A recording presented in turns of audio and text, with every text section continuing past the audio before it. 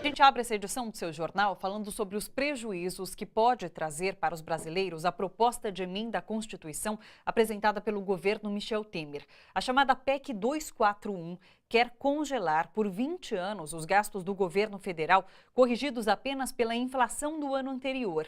Se esse ajuste fiscal tivesse sido colocado em prática nos últimos 14 anos, só na educação o Brasil teria deixado de investir quase 400 bilhões de reais. Essa afirmação está em um estudo técnico apresentado pelo DIEESE, que analisou os estragos que a proposta pode causar nos serviços públicos. Veja na reportagem de Jô Miyagi. A proposta de emenda à Constituição 241, que o presidente Michel Temer enviou ao Congresso Nacional em junho, quer congelar por 20 anos as despesas da União. A medida limita as despesas primárias aos gastos do ano anterior corrigidos pela inflação. Para entender como essa medida poderá afetar nossas vidas, o DIEESE fez uma simulação de como estariam os investimentos em saúde e educação, por exemplo, se essa medida tivesse sido aplicada em 2002. Em educação, o governo federal teria investido 47% menos do que investe atualmente, menos 377 bilhões de reais. E na saúde, teríamos menos 26%, quase 300 bilhões de reais a menos. Isso não está vinculado ao crescimento do país nem ao aumento da arrecadação, tá certo? E esse restante? E essa receita a mais, vai para onde? E nós estamos falando que vai congelar esta parte e a maior despesa do orçamento público é com a dívida. São os juros e a amortização da dívida, que vai para um grupo muito pequeno de famílias que são os detentores da dívida pública. A PEC 241 também vai atingir o funcionalismo público e quem depende do reajuste do salário mínimo, como aposentados e pensionistas. Os salários poderão ser congelados. É uma PEC que ela limita aí a concessão de benefícios que estão no plano de carreira do conjunto do funcionalismo, então significa o arroxo para o conjunto do funcionalismo. Patrícia lembra que uma das maiores sangrias do governo é o pagamento dos juros da dívida pública. Em 2015, essas despesas corresponderam a 6,7% do produto interno bruto, que é a soma de tudo que o Brasil produziu no ano. Para comparar, os investimentos em áreas como saúde, educação e infraestrutura foram menos da metade do que foi gasto somente com o pagamento dos juros da dívida pública. Por isso, tanto a economista quanto o dirigente sindical lamentam que o governo Temer não tenha pensado em outras formas de economizar e arrecadar, ao invés de cortar investimentos.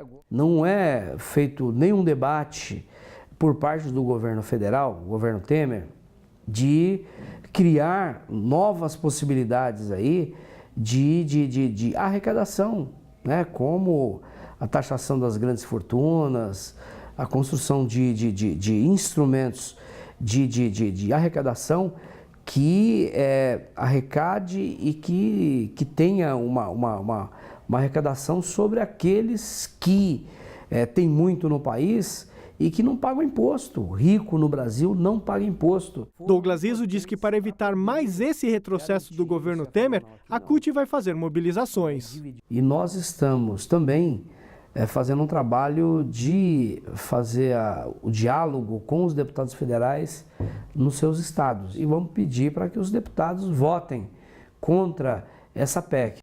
E para reforçar os prejuízos que a PEC 241 pode provocar na educação, professores da Universidade do Estado do Rio de Janeiro fizeram um vídeo bem explicativo. A animação deixa claros os estragos que a PEC 241 poderia causar na trajetória de um jovem estudante de escolas públicas que só conseguiu entrar na universidade por meio da política de cotas. Vamos ver. Jonas sempre estudou na escola pública, entrou na faculdade pelo sistema de cotas, teve bolsa de iniciação científica, de mestrado e de doutorado. Mas e se Jonas fosse filho da 241? O projeto de emenda constitucional 241 prevê uma redução drástica nos investimentos em educação. Se a lei já valesse desde 2005, os investimentos em educação em 2015 teriam caído de 98 bilhões para só 24 bilhões de reais.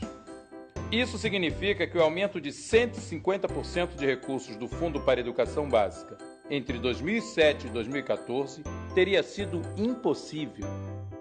E a escola do pequeno Jonas teria ainda menos recursos. A professora dele ganharia menos e trabalharia em várias escolas para poder sobreviver.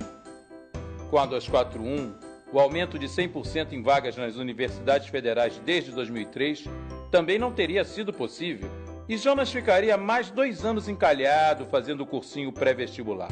Com a PEC 241, teríamos menos concursos, menos alunos e salários menores nas universidades. Mas será que a educação e a ciência não cabem mesmo no orçamento? O Brasil gasta quase 50% do PIB em uma dívida não auditada. Por que não conseguiríamos garantir o direito constitucional à educação? Quem é que ganha com isso? A 241 rasga a garantia do direito à educação. A 241 desperdiça talentos.